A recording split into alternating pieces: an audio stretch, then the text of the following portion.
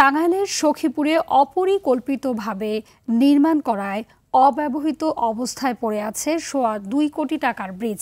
দুই পাশের সংযোগ সড়ক নির্মাণ না করেই বানানোর ফলে এর সুফল পাচ্ছে না স্থানীয়রা। দীর্ঘদিন ধরে যাতায়াতে তীব্র ভোগান্তি পোহালেও কোনো ব্যবস্থা নেয়নি প্রশাসন। দ্রুত সংযোগ সড়ক নির্মাণের দাবি এলাকাবাসীর। অন্যদিকে শিগগিরই এ বিষয়ে কার্যকর পদক্ষেপ গ্রহণের আশ্বাস দিয়েছেন কর্তৃপক্ষ। টাঙ্গাইল থেকে কামাল হোসেনের পাঠানো তথ্যচিত্রে বিস্তারিত জানাচ্ছেন আব্দুল হামিদ। চারদিকে অথই পানি, মাঝখানে ঠায় দাঁড়িয়ে আছে ২ কোটি টাকার ব্রিজ। শুনে আশ্চর্য মনে হলেও এমনই এক দৃশ্যের দেখা মিলবে টাঙ্গাইলের সখীপুরে। ২০২৪-২৫ অর্থবছরে উপজেলার গোহাইলবাড়ি এলাকায় নকির বিলের মাঝে নির্মাণ করা হয় ব্রিজটি। তবে সংযোগ সড়ক না থাকায় ব্রিজটি কোনো কাজেই আসছে না স্থানীয়দের।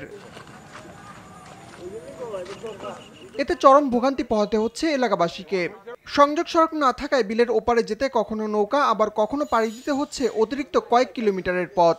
ব্রিজের কাজ হয়ে গেছে কমপ্লিট, কিন্তু রাস্তা হয় নাই, মাছটা এখন মাটি ফেলায় নাই, ওই অবস্থায় রয়েছে। আমরা কিনে চললে কিভাবে কি করি আমরা যাইতে পারি না। কলেজটা হয়েছে, কলেজের ছাত্রছাত্রী আসতে পারে না, এখন নৌকাটা পার হইতেছে।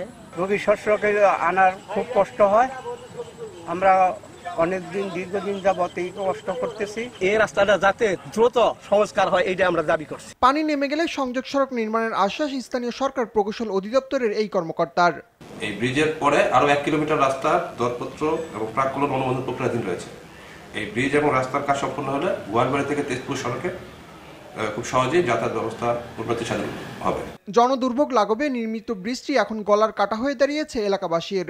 দ্রুত সংযোগ সড়ক নির্মাণ করে ব্রিজটি চলাচলের উপযোগী করার দাবি স্থানীয় বাসিন্দাদের। আব্দুল হামিদ, RTV।